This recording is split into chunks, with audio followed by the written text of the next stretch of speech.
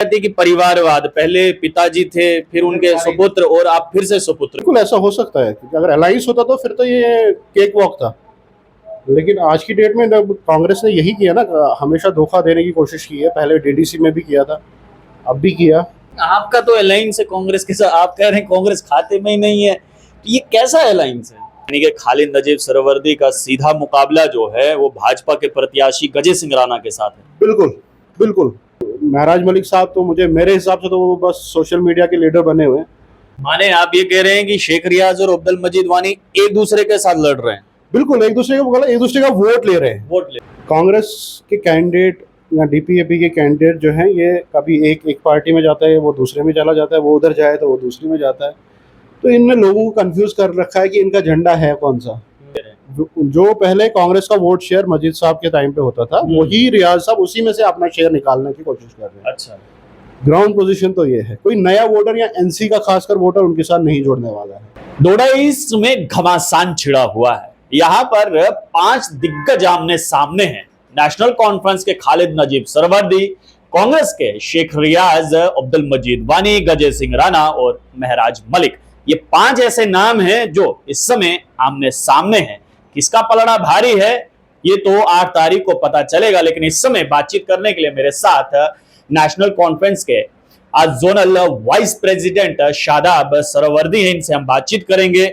शादाब, मुकाबला तो बहुत ही टक्कर वाला है, लेकिन सवाल यहाँ पर यह है कि सबसे ज्यादा किसे आप मान रहे हैं कि टक्कर का मुकाबला इस वाले कैंडिडेट के साथ होगा?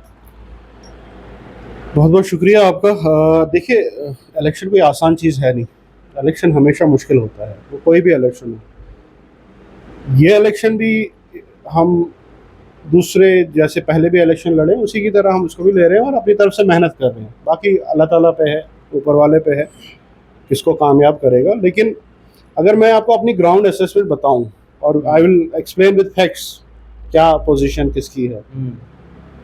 तो पहले हम कांग्रेस और डीपीएपी की बात कर लें।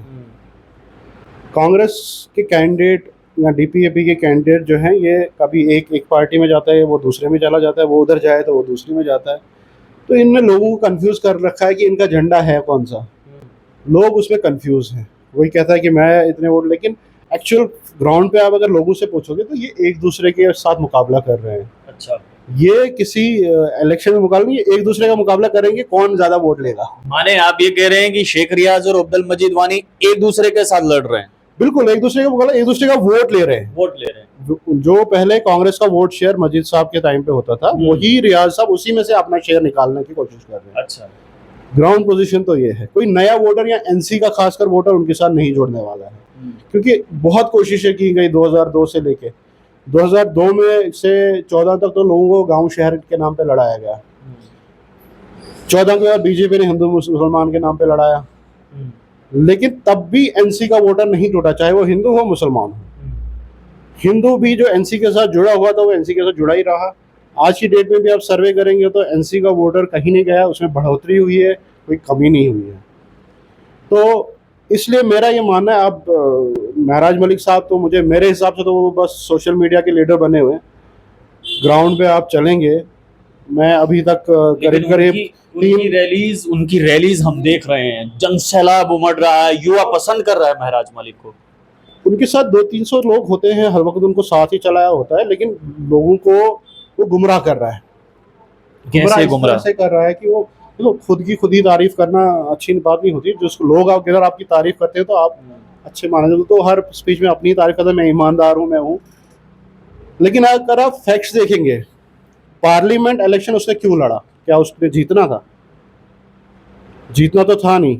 हो सकता है वो विधानसभा की ग्राउंड सेट कर रहे हो। नहीं, लेकिन फिर उसको 2900 वोट थोड़ी आते इस कॉन्स्टिट्यूंसी से, अगर वो ग्राउंड सेट करने के लिए निकला हो। आम लोगों को ये पता नहीं है कि वो उस टाइम भी बीजेपी स्पॉन्सर्ड था वोट कट करने के लिए, और आज भी वो बीजेपी स्पॉन्सर्ड है वोट कट करने के लिए। उसका इतना ही काम है कि आप वोट काटो, और इसलिए उसको पुश किया जा रहा है इवन एजेंसीज के द्वारा भी, भाई इसको प्रोजेक्ट करो, मीडिया के द्वारा इसको प्रोजेक्ट करो, भाई ये लीडिंग है, ताकि वो ज्यादा से ज्यादा वोट खींच सके।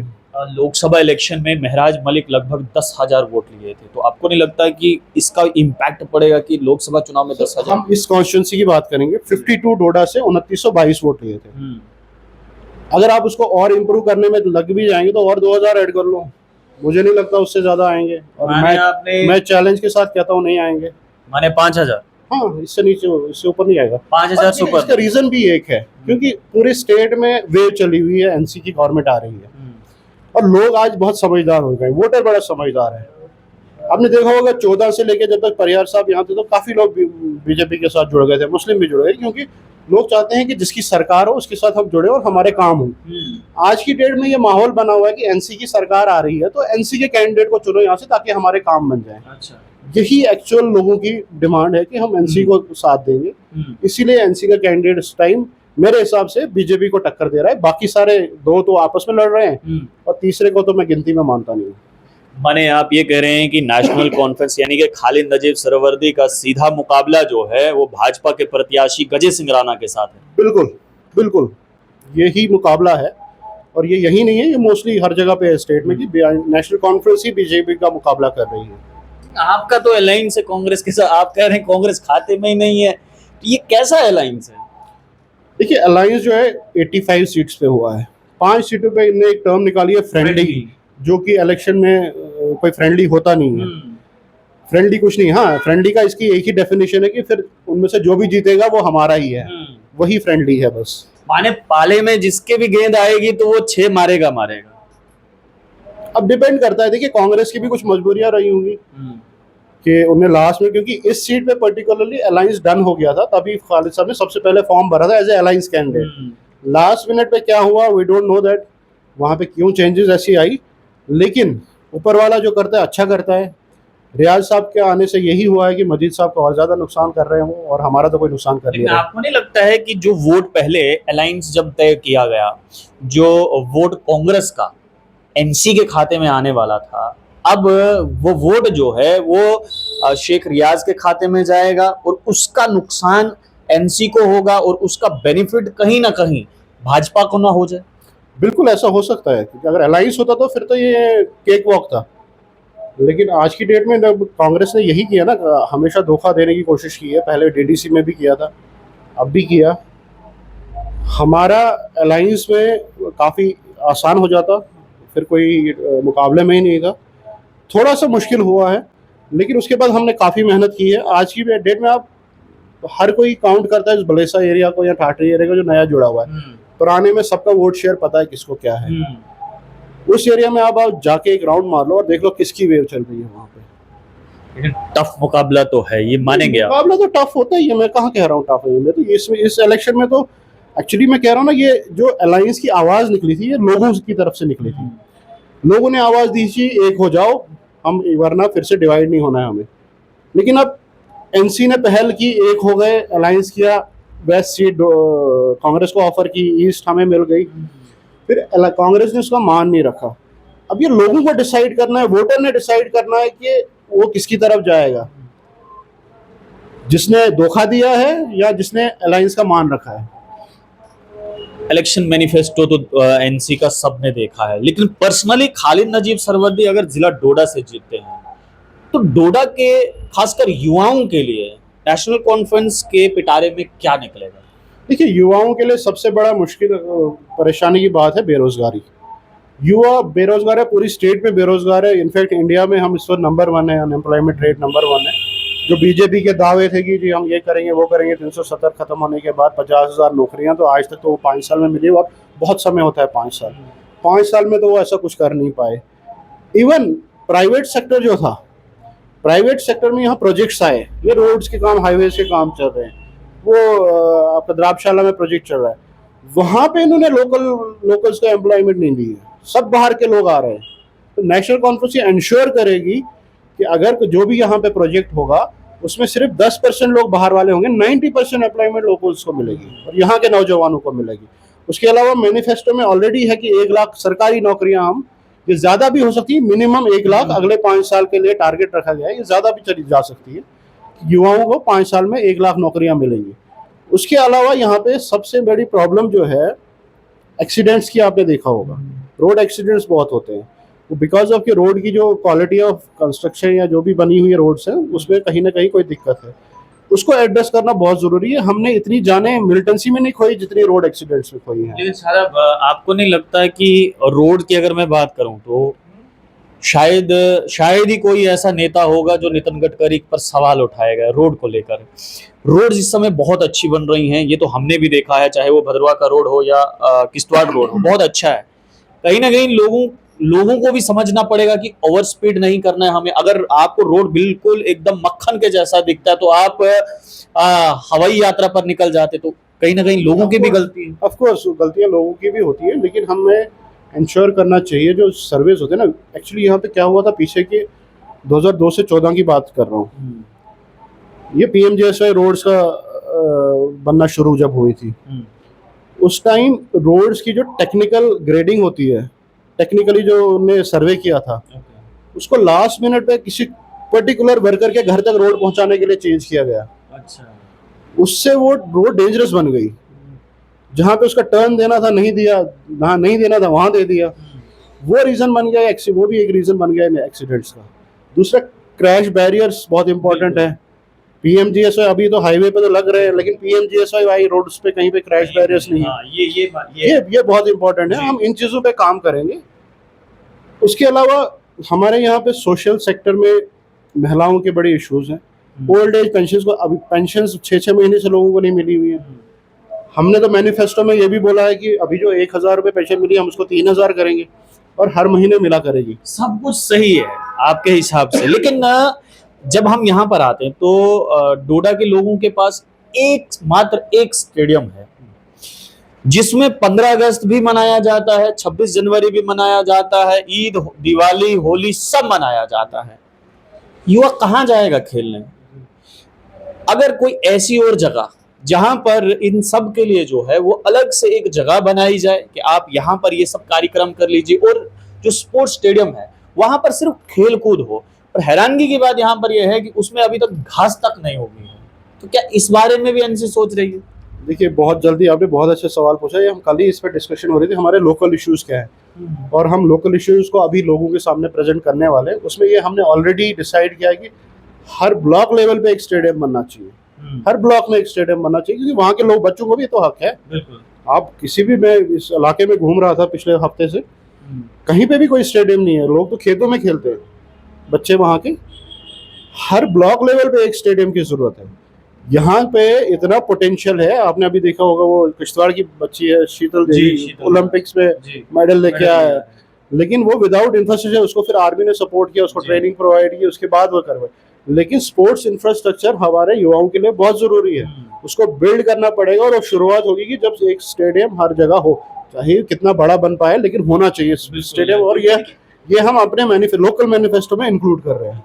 युवाओं और महिलाओं के लिए खासकर देखिए, अगर शाम को यहाँ पर महिलाओं को टहलने जाना हो तो महिला के लिए कोई पार्क नहीं है, लेडीज पार्क नहीं है, लेडीज जिम नहीं है, जहां पर हमारी माताएं बहनें जाकर जो है वो अपना टाइम स्पेंड कर सके। यहाँ पर कोई एक ऐसा पार्क नहीं है जहां पर हमारे बूढ़े बुजुर्ग जाकर जो है वो गप्पे मार सके। तो ये सब लोकल इश्यूज है, तो इन पर एमसी को काम करना चाहिए। बिल्कुल बिल्कुल, आप बहुत जल्द 2-4 दिन में देखेंगे कि हमारी तरफ से जो भी लोकल लेवल के इश्यूज कैंपेन में हमने प्रोजेक्ट करने हैं वो आप लोगों के सामने आ जाएंगे। ये सारी चीजों का ख्याल रखा गया, हर सेक्शन का ख्याल रखा गया है, हर सेक्शन का ख्याल रखा गया है। अच्छा, अब राजनीति पर वापस आते हैं। कैंपेन के लिए अभी बहुत सारे दिन हैं, क्या फारूक अब्दुल्ला भी कैंपेनिंग के लिए आएंगे? नहीं, उमर अब्दुल्ला साहब कैंपेनिंग के लिए आ रहे हैं 12 तारीख को। उमर अब्दुल्ला साहब और हमारे मियां अल्ताफ साहब, हमारा ठाठरी में कैंपेन एक जलसा है, उसके बाद गुंदो बलेसा में एक है, चिल्ली पिंगल में एक है, एक ही दिन में 12 तारीख को वो लोग आ रहे हैं। और उसके बाद डोडा में भी हमारा एक जलसा होगा, उसकी अभी फाइनल डेट डिसाइड नहीं हुई है, वो हम बताएंगे लोगों को जैसे जैसे। फारूक अब्दुल्ला क्यों नहीं? वो बीमार हैं, पहले वो अभी आए थे, उन्होंने पूरा टूर किया था, वो ऑलरेडी यहाँ आ चुके, लोगों से मिल चुके हैं। बीमार है, बुजुर्ग हैं, वो इतना ट्रैवल नहीं कर सकते, तो लेकिन उमर साहब आ रहे हैं और मियां अल्ताफ साहब आ रहे हैं। आखिरी सवाल एक बार फिर से, आपने तो कहा कि एनसी का मुकाबला जो है भाजपा से है, कहीं आप फॉर ग्रांटेड तो नहीं ले रहे हैं, हल्के में तो नहीं ले रहे बाकी वालों को? नहीं नहीं, हल्के में हम किसी को नहीं लेते। मैं कह रहा हूँ इलेक्शन में ग्राउंड सिचुएशन बताइए आपको। मैं जो चल के आया हूँ, 4 ब्लॉक्स का दौरा किया है, एक हफ्ते बार टॉप पहाड़ों पे पैदल चल के आया हूँ। मैं ग्राउंड सिचुएशन बता रहा हूँ आपको, ठीक है। महराज के साथ उस महराज का एक तरीका है, वो कहीं भी बाजार में खड़ा होकर तकरीर करो तो लोग वो हजूम जमा हो ही जाता है तकरीर देखने के लिए। वो वोटर नहीं होता। अच्छा। वोटर कोई और होता है। और वोटर इस बार इतना समझदार है। देखा आपने पार्लियामेंट इलेक्शन में देखा होगा कि अलायंस था, कैसे लोग यूनाइटेड हुए। अच्छा, आज़ाद साहब की बात करो आप। आज़ाद साहब ने अपनी पार्टी बनाई, धूमधाम से बनाई, बहुत जोश था लोगों में, सारे लीडर उसकी तरफ गए। पहला इलेक्शन उनका जब आया तो उनकी सारी पोल खुल गई, क्योंकि पहले इलेक्शन में ही उन्होंने कैंडिडेट सिर्फ डोडा रामबन उधमपुर कॉन्स्टिट्यूंसी से उतारा, और उतारा भी किसको? सरोड़ी साहब को, जो कि ताकि वो चिनाब वैली से मुस्लिम वोट को काट सके। ये उनकी स्ट्रेटेजी थी। लोगों को पता चल गया कि ये तो जी बीजेपी की तरफ से आए हुए हैं, प्लांट किया हुआ है। और आज भी शक वही उसी तरफ जा रहा है कि आज भी उनकी स्ट्रेटेजी कोई अलग नहीं है। लेकिन वो तो कहते हैं, हमेशा कहते हैं कि उमर अब्दुल्ला जो है वो खुद बीजेपी सरकार में मंत्री रहे हैं, तो ये हमें कैसे कहते हैं? हम तो कभी इनके साथ सरकार में ही नहीं रहे। टाइम की बात है, तब की बीजेपी और आज की बीजेपी में बहुत फर्क है। तब वाजपेयी साहब की बीजेपी थी, वो उस टाइम कश्मीरियत, इंसानियत की बात करते थे। आज की बीजेपी वो बात नहीं करती है। आज की बीजेपी करती है बात क्या पार्लियामेंट इलेक्शन में आपने मोदी साहब की लैंग्वेज ही देखी, मुजरा, मुसलमान, बहन, गाय भैंस, इनकी बातें हो रही है आजकल। तब ये बातें नहीं होती थी। तब सब उनका कद बहुत बड़ा था उन लीडर्स का, तब हमने उनके साथ अलायंस हुआ था। लेकिन आज की जो इनका रोल है, देखिए आप, ये आम आदमी समझ नहीं पाता है। आजाद साहब ने अभी एक स्टेटमेंट दिया रिसेंटली कि मैं कैंपेन नहीं कर सकता, जिसने भी विड्रॉ करना है वो कर लो।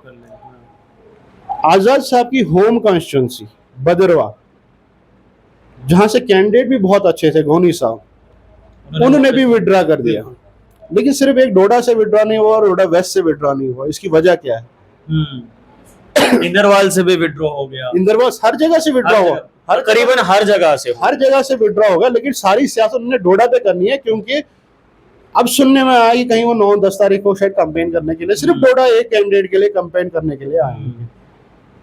तो ऐसा नहीं लगता, लोग इतने बेवकूफ थोड़ी हैं, उनको नहीं पता चलता कि उनके तार कहीं बीजेपी की तरफ से प्रेशर आया होगा कि आप जाओ, हमें डोडा सीट पे हेल्प करो और वोट काटो वहां से।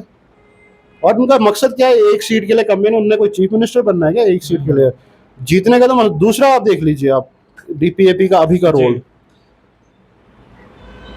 ये मैं अपना असेसमेंट बता रहा हूँ आपको।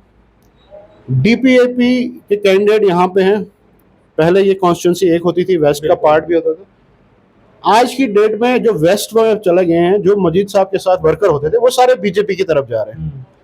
तो इनका सट्टा बट्टा हो चुका है कि भैया अब हम तुम्हारी हेल्प वहां करेंगे, तुम हमारी हेल्प इधर करो। ये एक पॉलिटिकल वर्कर असेसमेंट कर सकता है। अच्छा। आम इंसान ये असेसमेंट नहीं कर पाता है।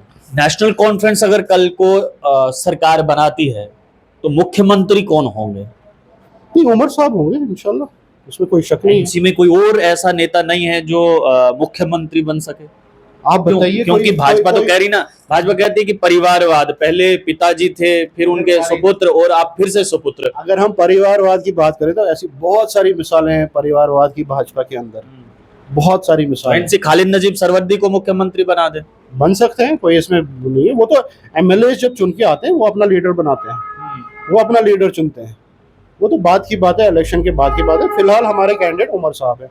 उसके बाद क्या होगा, एमएलए का क्या मतलब होगा, फिर अलायंस में भी है हम लोग। अलायंस किसको पसंद करती है, कोई भी बन सकता है। ये कोई हार्ड एंड फास्ट रूल नहीं है। बहुत शुक्रिया बातचीत करने के लिए। शादाब सरवर्दी बातचीत कर रहे थे। और अगर नेशनल कॉन्फ्रेंस सत्ता में आती है तो मुख्यमंत्री उमर अब्दुल्ला होगा। हालांकि ये एमएलए तय करेंगे, गठबंधन तय करेगा कि मुख्यमंत्री कौन बनेगा।